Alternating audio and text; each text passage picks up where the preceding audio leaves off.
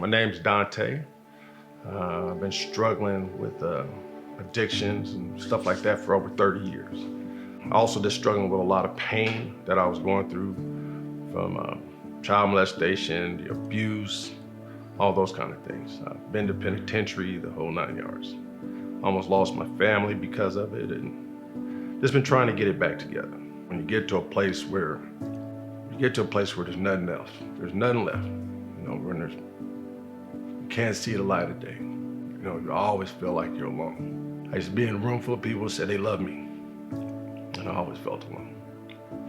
Part of that reason was because I've been living a lie for most of my life. And at that point, at that breaking point, it was just like, I'm tired. When I finally admitted that something was wrong, for all those years, I never admitted to myself that I had a problem. And the problem wasn't so much the drugs and the alcohol, it was about how I felt about myself. I've always had a real loving heart, but because of the life I chose, I couldn't really express that. And it was eating me up. And one day, I just prayed, I said, God, just manifest yourself in my life. Just manifest yourself in my life. Make the path clear for me.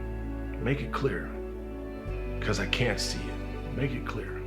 But he had told me, he said, if you would put me first, and if you continue to do the next right thing, and keep your integrity intact, I'll open the doors for you.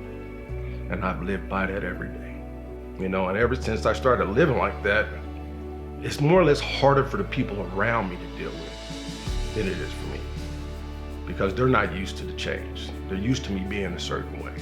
And that's not what my ministry is about. My ministry is more or less about helping you be okay with who you are, because God can't use you if you're not you. It's hard to bring God to people who are struggling.